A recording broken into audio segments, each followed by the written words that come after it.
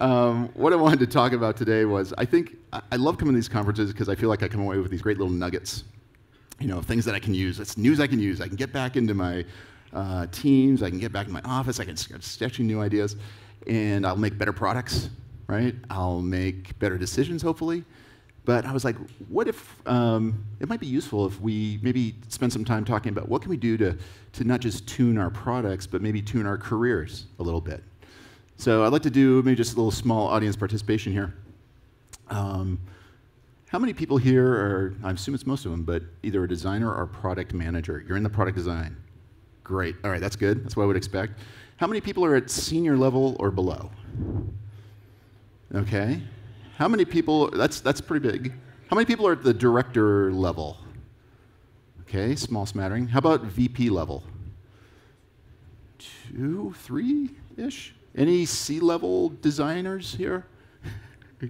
Almost, kind of? Okay.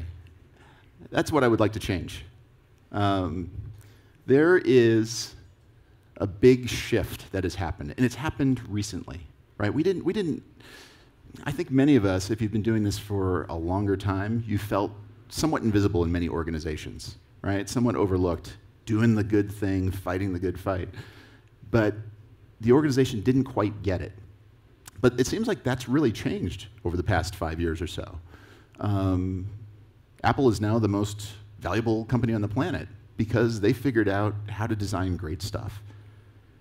Thomas Watson at IBM, many, many years ago in the 50s, created a great company, but people thought he was really kooky when he said, great design is good business. And 50 years later, people are starting to get that. So for those interested, how do we get to the higher levels of an organization and really affect change? And what does that change mean? Well, before we do that, you got to understand you're working within the context still of an organization. And organizations, since the Industrial Revolution, have been focused on manufacturing. That's been their focus. And because of that, they became left-brained. They did things they could measure. They did process. They did law. They did accounting. But since then, things have really changed because manufacturing and engineering are pretty much solved problems, right? We've got an abundance of products. Thanks to automation in Asia. And if anyone's read Daniel Pink's book, Whole New Mind, he talks at some length about that. But this part is the hard part, right? Once you've commoditized the building of things, getting people to love them is the secret sauce, right? So companies are looking for design leadership. But what does that mean? I was just talking to Wade before I came out, and he said, it's kind of weird because companies are looking for this kind of design leadership. They look for UX, and so the HR department goes out, and the recruiters go out, and they come to events like this, and they find you on LinkedIn, and like, you got UX in your title, you should come here and do UX stuff. We have no idea what that is.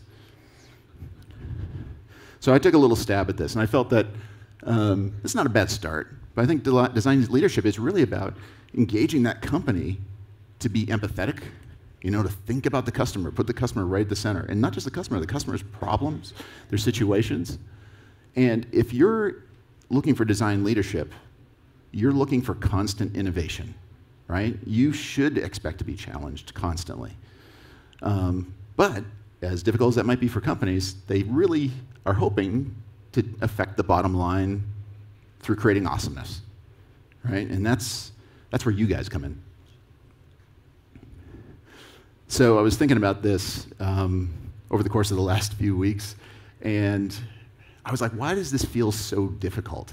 Why can't you just sort of take that design job, go in there, present to your CEO, here's the best thing we can possibly do, and it's done. We just do it.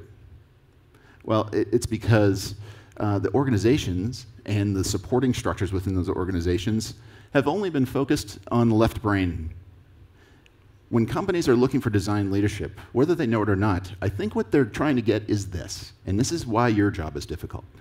You have to do brain surgery. You have to give them the right brain, or make that right brain better if it's already there. And you have to jumpstart the heart. right? And the heart is the focus on the why. Any company that's innovative is always focused, gets its strength from this point right here. Why are we doing what we're doing? Does that make sense? Does that feel right to people? Okay. My kids love this drawing, and they saw me do it, and they're like, "What are you doing, Dad?"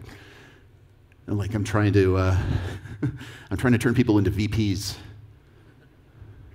I thought this was great. Steve Jobs got it, right? Apple focuses on the why, right? Why does Apple make computers? Not because they make computers because that's all they know how to do. They make computers because that's how they can express what's important to them. Their why is making technology accessible and easy and a creative tool for others to do great things. Now, today it might be a computer, but then they were like, well, maybe it's a smartphone.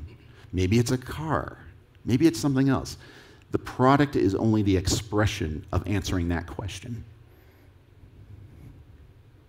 So with that, I thought I'd just give you 5 anecdotes or so of things I feel like I've kind of learned along the way that have worked for me. They may not work for you, but these are things that I wish I had been told early on. I learned some of these the hard way. And the first one is get on the rocket ship. So what does that mean? Well, we had Sheryl Sandberg show up at one of our Domo events, and she was the one I heard this quote from first, which was, if you're asked to get on the rocket ship, just get on. Don't complain about the seat you're on.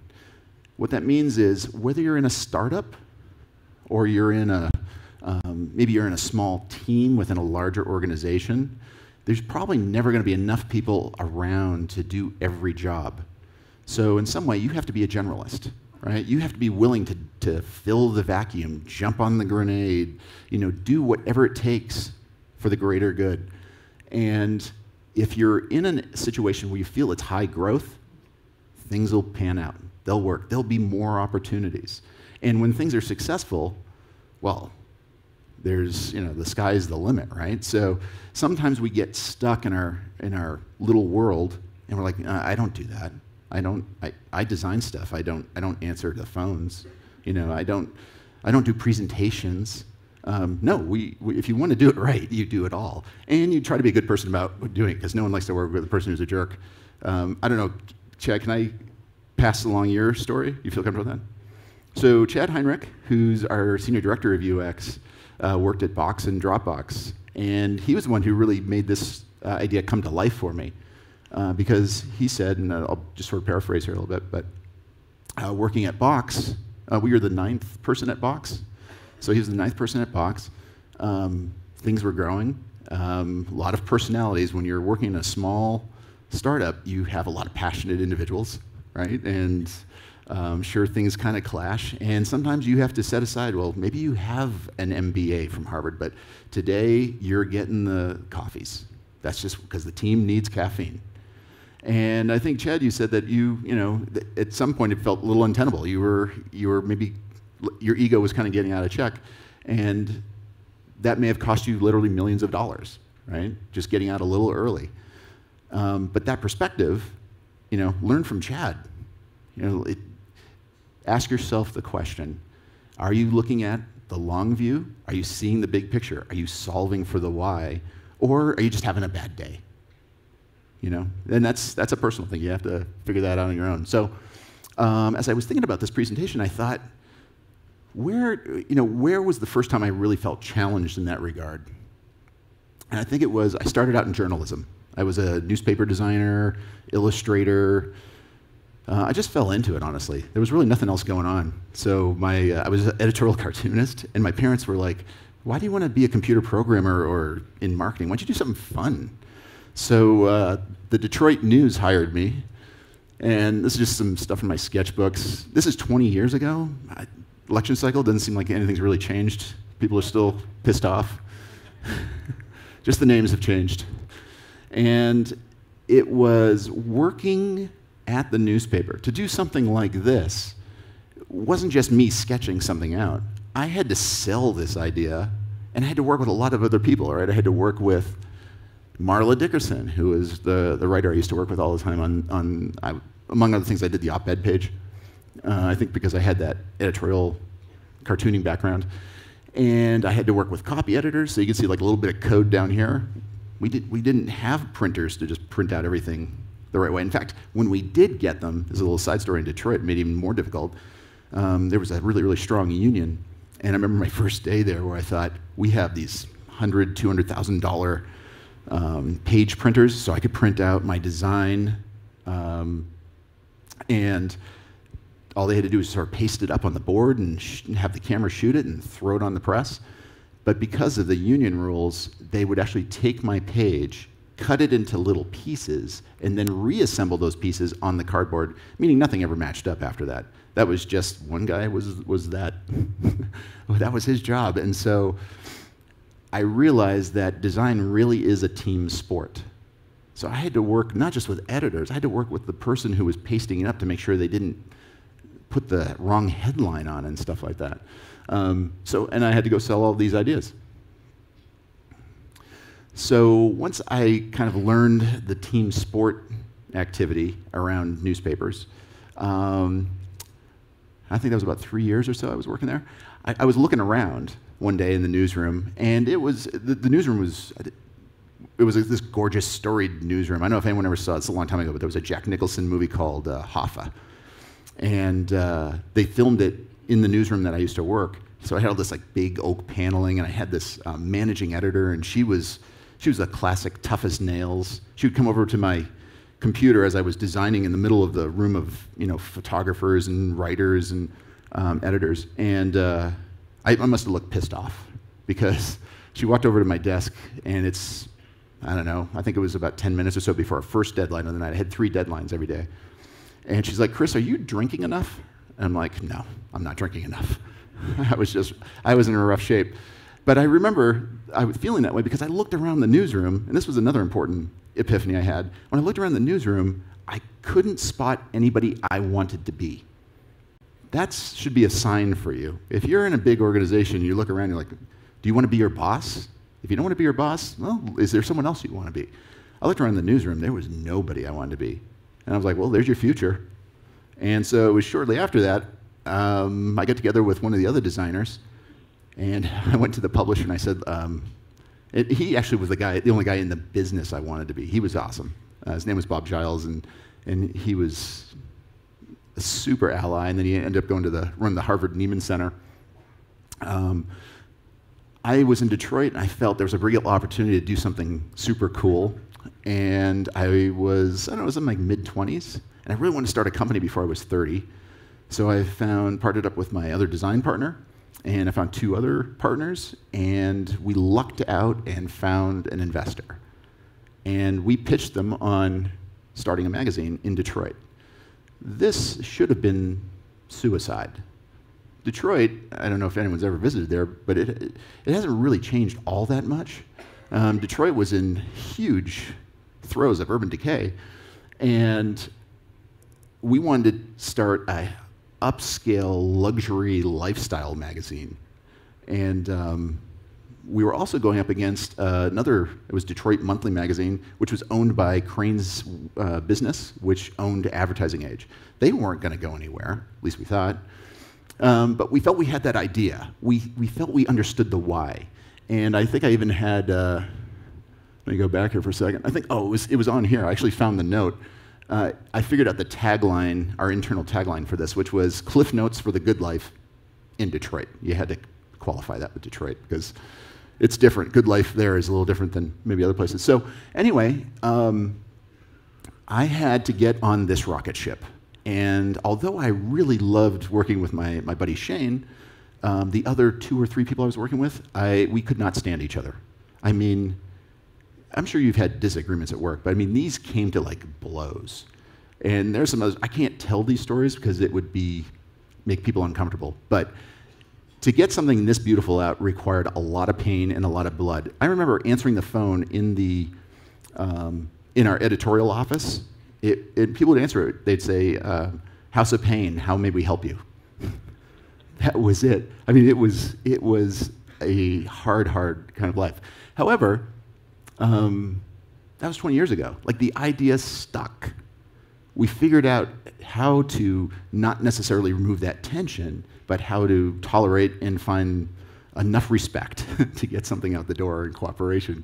And yeah, this magazine's done really, really well. So I'm proud of it. This came out last month. So it's my first startup just graduated from college.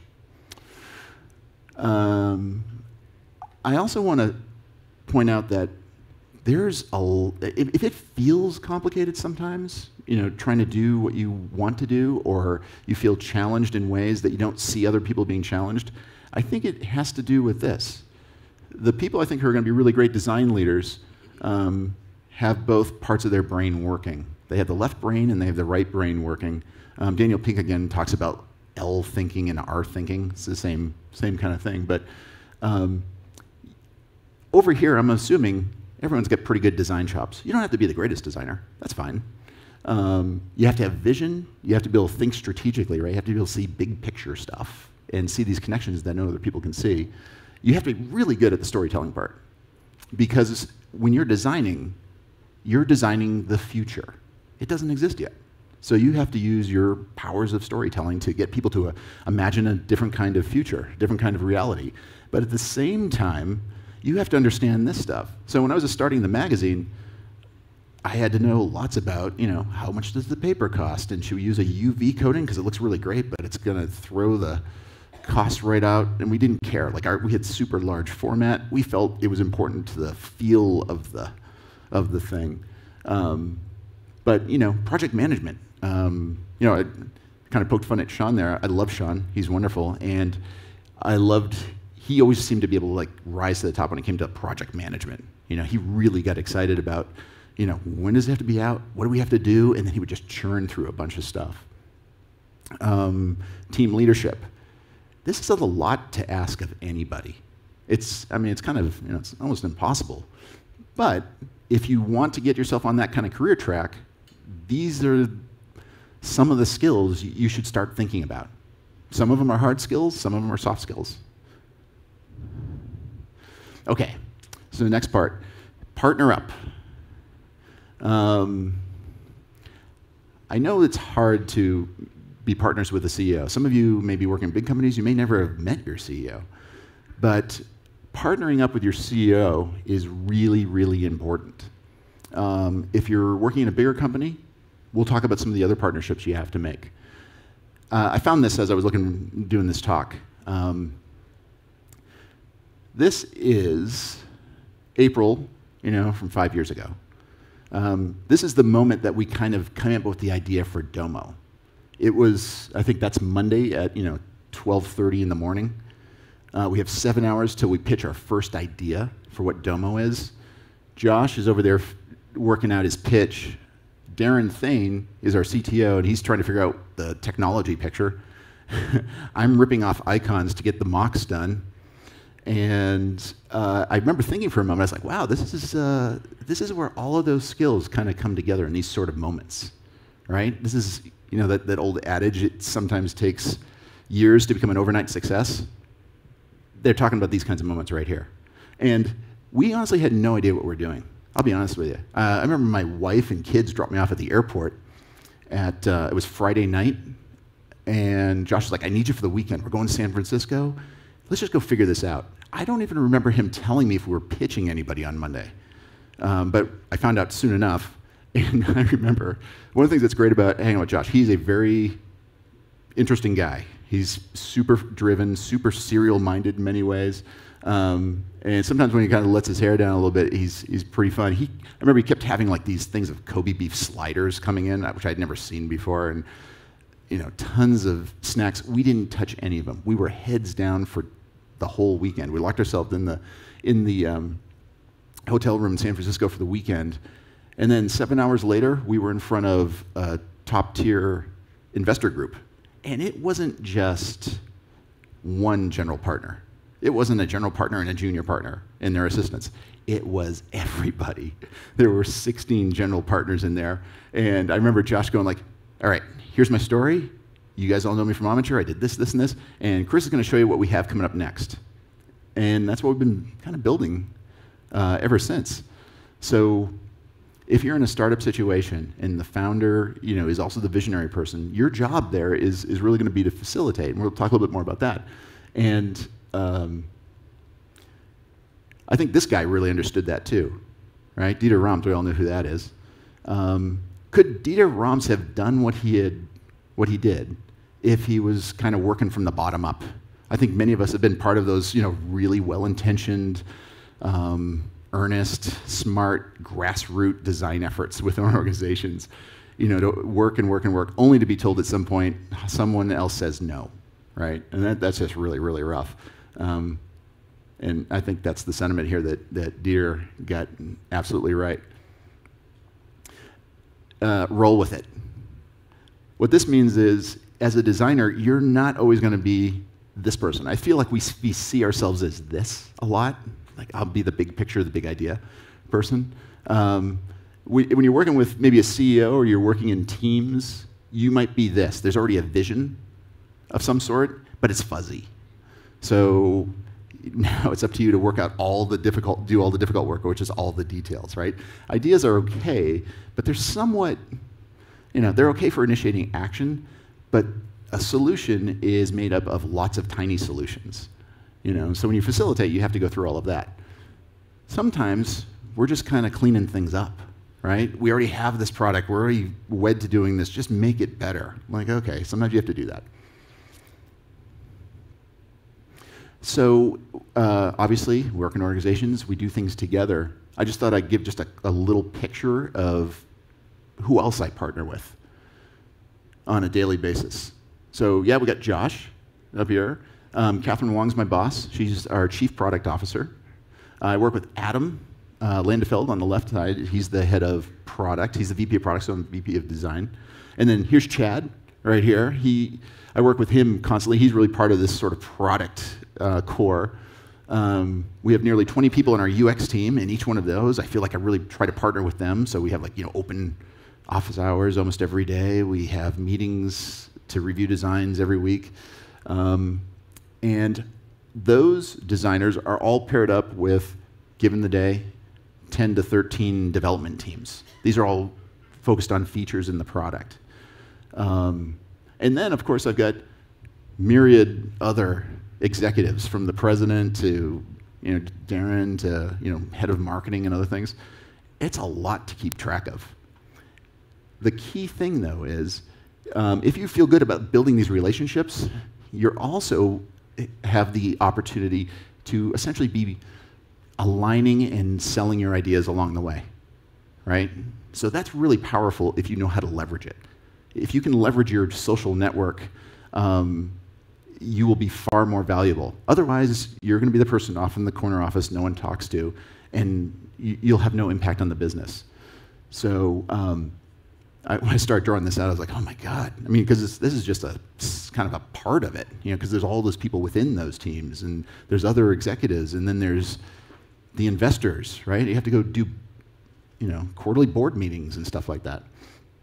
But that's okay. That's okay. As you're partnering with people, think also about how do you lead? Always be leading, right? Always be kind of helping people get to the right sort of spot. If you have a small team, I don't like to think of them as being managed. I don't know if you guys know Grace Hopper, but she's one of my heroes. Grace Hopper was the person who discovered the first bug. She wrote the first compiler. Super, super bright lady, and I always love this sentiment. You manage things, you lead people. Sometimes we don't think about it, right? That's kind of, again, a sort of a left brain, right brain contrast there. So when you're doing this, you're not doing it, don't think of it just for your own glory, right? Think of it as how can you get the right people together and know those people in such a way that you can sort of encourage or coax out the best that they can do. Because one of the things that's really hard when you're building an organization, if you look at, you'll see, sometimes you come to talks where they're like, oh, I would organize my organization this way. I'd have a person here, and then there's an arrow, and they report to this person here, and this person here, and this person here, and that becomes our little product team. And then we've got this other product team. Well, the problem with that is, well, it looks great on paper, right? You've got your sort of blueprint. It's the interpersonal relations between those, that chemistry, that will either make that work or fail. But that's never represented on one of those organizational diagrams. So you have to have that, build that interpersonal sense. Like, you know what, I think these two people would work really well together, or this just happened yesterday. I overheard someone talking about one idea they had, and I was like, you should get together with those two people. And then when you come up with something really cool, come talk to me. I'd love to be part of that. So, you know, don't think that you have to have a title that says, I'm the leader. Design leadership should happen at all levels in all different kinds of ways. Go to Starbucks. You know, try your design leadership chops out. You know, see if you can get people thinking about the vision in the right kind of way, or pairing up with people, or getting excited about something they didn't quite understand the first time. So, I just want to give, like, you know, so you do that stuff, what can possibly happen? You know, we started at a table, there was 4 of us. We had an idea. Yes, we had some very influential people at that table. That first meeting went by, that was like Monday afternoon, and on Tuesday morning we had a handshake deal for $40-something million, $42 million. And since then, we've raised almost $500 million for Domo. And we just won, I just found this out, I didn't even know this, but we won the Fast Company Most Innovative Company Award this month. And last year, we got the same thing for innovative design. And the Davos Award was really cool. I honestly don't think about them. I don't design for awards, but it's nice, you know, and then you get the unicorn moniker. It's great. It could be a curse. But the point is, design's a team sport. There's no way I could have done anything like this. Yeah, I could have made, if it were me, I would have still had a pre-deck of slides, right? It takes a lot of work, a lot of sweat, sometimes a lot of wrangling to get things done. But here's what happened since that meeting. When we did that meeting, Josh had just spent $10 million buying a small software company called Corda. There was like maybe 35 people, and we had one real customer, Apple. And since then, 5 years since, we're worth, you know, $2 billion, and we have close to 800 employees. And we've got not just customers, customers that say stuff I would never imagine. I had a customer come up and say, using your product was like discovering fire for the first time for me. I'm like, how? That's awesome. How did you get that from what you just did? You know, the product. I would like to spread that around a little bit. So yeah, I think you can already kind of get from my personality, it's like always be selling, right? So I was going to say, that's something that I don't know about you, but I think a lot of designers I know, sometimes selling feels like a bad thing. It's kind of like a dirty word in some ways, right? It's like, oh, it sort of cheapens what I do. But the fact is, we're in business, and if we want to get people to buy into what we're doing, you have to be persuasive, right? And this is probably the hardest part. You got to apply this constant pressure. And that might just be, and I'm not just saying selling your idea. It might be, hey, we need to have that Airbnb talk I really liked, you know, where it had the book, the story, the problems we're trying to solve. Sell that. But to sell it doesn't just mean put it on someone's desk and assume something's going to happen. It's going to be bring it up at every meeting you're in. You're like, hey, did you read that book I dropped on your desk?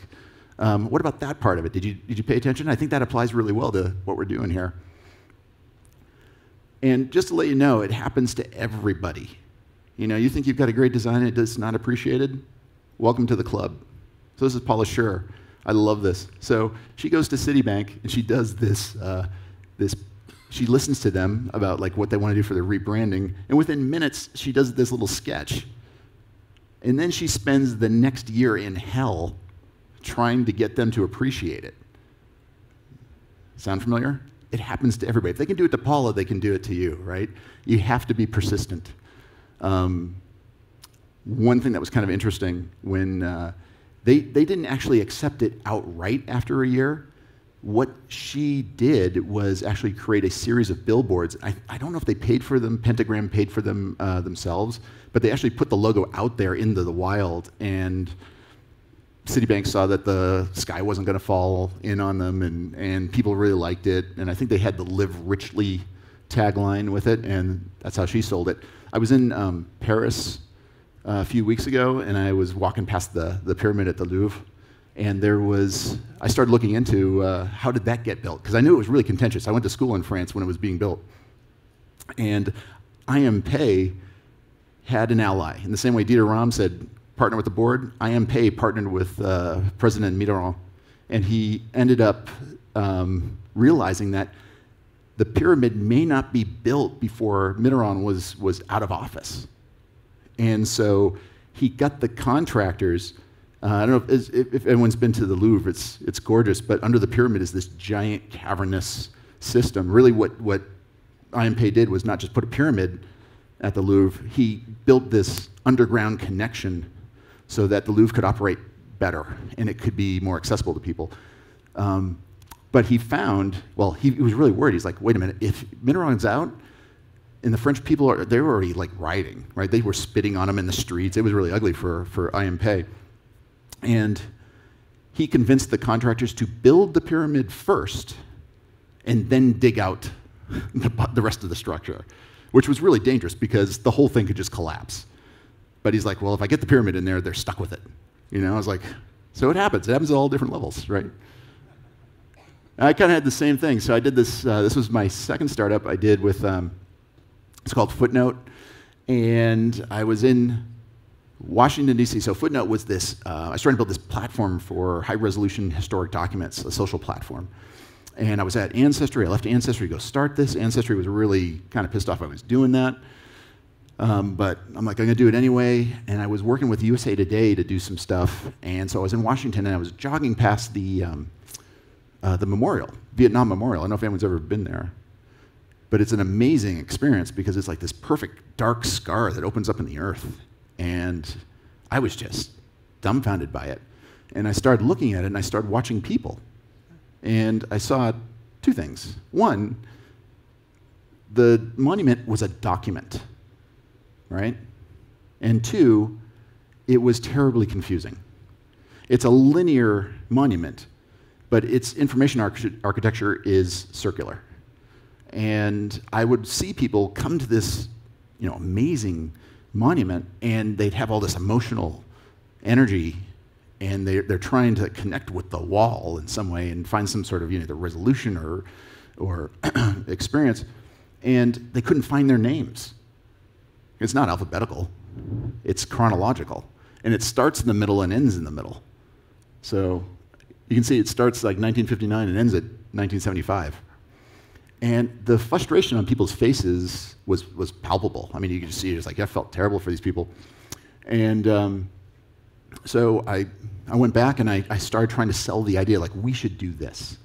We should take a photo of, this is how naive I was, the Vietnam Wall, and make it so that anyone can annotate it. We'll take all the Department of Defense information, we'll pair it up so you can click on any single name up here and hear that story. And then people could add any other information to that story. And it became a really cool thing. CNN and everyone got all excited about it, but it was a very, very difficult process. I hired a National Geographic photographer.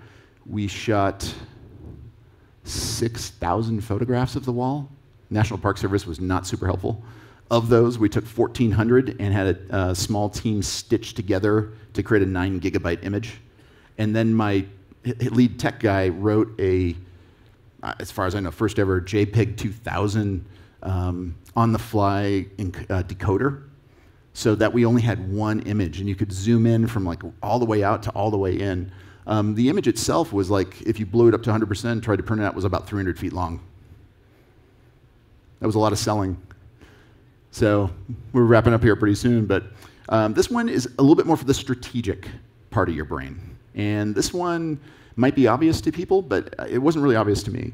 And I find myself using it a lot, which is understand your problem space. We have the tendency when we're in organizations to solve every problem the same way we solved every other problem, right? It's like, well, let's just get our smart people, put them in a room, give them a whiteboard and a bunch of cookies, and they'll figure it out. But it's not the way it works, right? And the reason it doesn't work that way is because where problems fall along a continuum. This idea wasn't mine originally. I mean, I don't want to take credit for it. I've modified it a little bit, but I worked with the IBM World Strategy Group, consulting group, and And we kind of did this stuff a few times, and I thought it was really kind of helpful. It's definitely more on the theoretical side, but I'll just walk you through it and how it might help you. Let's say you're starting an e-commerce site. You just need to create a, maybe, I know we get some folks from backcountry or used to be from backcountry. You're creating a catalog page. Catalog sites, e-commerce sites, would definitely be down in this side. They weren't always there, right? In the first Web 1.0, they'd be way, way over here. You don't have to rethink how to do e-commerce, right? If there's a shopping cart icon that's needed, you go grab the best looking shopping cart icon and you put it on the page. You know that will work because the cause and effect have been understood, so you just follow best practices. Now, you can iterate, you can improve, but that's really all you're gonna do, right? You're gonna hit that asymptote, right? You're gonna create the best e-commerce experience possible, but it's still an e-commerce experience and it's only gonna be, it's gonna max out at some point. I have Amazon over there because Amazon was a big disruptor, and then they kind of became focused on the e-commerce part. But Amazon, in their quest for world domination, has not stopped there, right? They're doing machine learning. They have the Alexa out. They've got a huge platform of web services that's changing things. Who knows what they're doing, right? They're doing a lot of great stuff. Twitter used to be kind of on the innovative side. No one knew how it was going to change, disrupt things. They kind of stagnated, I think. On the far end, I would definitely put technologies like Bitcoin. No one knows where the heck that's going, right? I mean, it could destroy Wall Street. It could make give Wall Street a whole second life. They created the technology called the blockchain, right? The blockchain might end up being just some interesting little computer science experiment, or it could be the way that we all manage our identities in the future and everything we own. As you move over to this unknown space, this is where cause and effect are not well understood. We don't know where that's going to go, right? And so we have to discover it. And as that comes to product development, you have to understand that, okay, maybe these parts we do know, but this part we're uncertain of. So what do? We're going to have to experiment. The products that we create are our hypothesis. So we're going to test those over and over and over again. But hopefully, they will be disruptive, right? We want to create products, frankly, that have no competition. And I'll just sort of finish this off.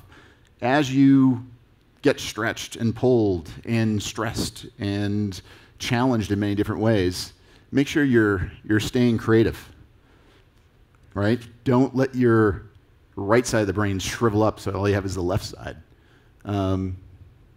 This is stuff I like. Has anyone read Orbiting the Giant Hairball at all? No one? Great book? Yeah. Anyone want to read it? You? All right. Come see me after. I got a copy for you. Yeah, so make sure you're always nurturing your creative side. Make sure you have that inner life. And then I just want to leave you with this. I mean, this is just like my story, right? It's just the things that kind of worked for me based on my experiences. But ultimately, you're the complicated missing part of the puzzle. So make sure you're developing those aspects of you that make you really interesting, right? Many companies want to, in the past have wanted to invite you in, but at the door, leave the stuff that's really interesting about yourself outside. You can get to that after. We only want you for this. No, what they want, or what they should want, is this. So I want to make sure you guys, don't give up on that. And that's all I have for you. Thank you.